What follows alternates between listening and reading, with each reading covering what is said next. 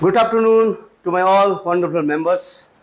आज म तपाईलाई एउटा सानो इन्फर्मेसन दिन गइरहेको छु, साथै एउटा रिक्वेस्ट गर्न चाहन्छु र जिममा म्याक्सिमम युज हुने इक्विपमेन्ट त्यसलाई राम्रोसँगले ह्यान्डल गरिदिनुहुन्छ भन्ने मलाई आशा छ र तपाईलाई तपाईहरुको जुन चाहिँ ट्रेनर छ उहाँले बताइसक्नु भएको छ कि त्यसलाई कसरी युज गर्नु भनेर र त्यो इक्विपमेन्टको नाम हो तपाईको जुन चाहिँ जिममा म्याक्सिमम युज हुन्छ र सबैजनाले यसलाई नै फर्स्ट प्रिफर गर्छ ट्रिटमेन्टलाई।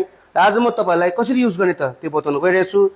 सबैभन्दा पहिला त यो जुन चाहिँ तपाईको रनिङ प्लेटफर्म छ यहाँबाट तपाईले स्टेपिङ गर्नुस् होला यसरी है, यहाँ चढ्नुस् है, चढ्दै गएपछि डाइरेक्ट स्टार्ट नगर्नुस् होला। यो चाहिँ खुट्टा राख्ने जग्गा छ, यो टटेट भएको, यसमा तपाईको दुईटा खुट्टा राखिदिनुस् होला यसरी है। र आफ्टर द्याट यसलाई स्टार्ट गर्नुस् होला। हार्डली 3 सेकेन्ड लाग्छ है यो स्टार्ट हुनु। हेर्नुस् 3 भयो, गो।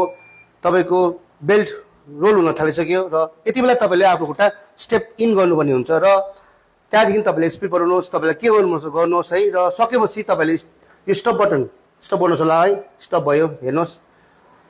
जबसम्म स्टप हुँदैन तबसम्म खुट्टा ननिकाल्नुहोस् होला, तपाईहरु लाउन सक्नुहुन्छ र जहाँबाट आउनुभयो त्यहीबाट निक्लिनुहोस् होला। कारण कतिजना यहाँबाट चढ्छ है यसरी है, अप्ठ्यारो गर्दै यसरी यो भच्चिन्छ, यो भच्यो भने पाउँदैन है, कम्पनीमा पाउँदैन। त्यसैकारण राम्रोसँगले ह्यान्डल गरिदिनुहोस् होला, किनभने है ट्रेडमिल बिग्रिँदा कति सफर हुन्छ तपाईहरुलाई भनेर है। र बेसी युज हुने इक्विपमेन्ट पनि जिममा पनि यही ट्रेडमिल हो, त्यसैकारण यसलाई राम्रोसँगले केयर गरेर ह्यान्डल गरिदिनुहोस् होला। र यसको पछाडि साइन्स बताउन गइरहेको छु म है।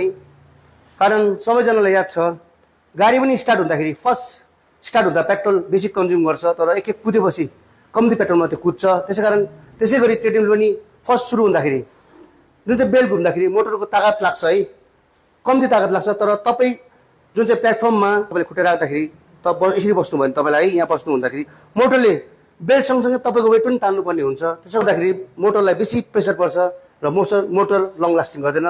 काइन्डली यो याद गरिदिनुहोस् होला। मलाई आशा छ तपाईँहरूले फलो गरिदिनुहुन्छ भनेर, र साथै ट्रेनरलाई पनि तपाईँले सहयोग गर्नुहुन्छ भनेर ठुलो आशा छ मलाई। धन्यवाद।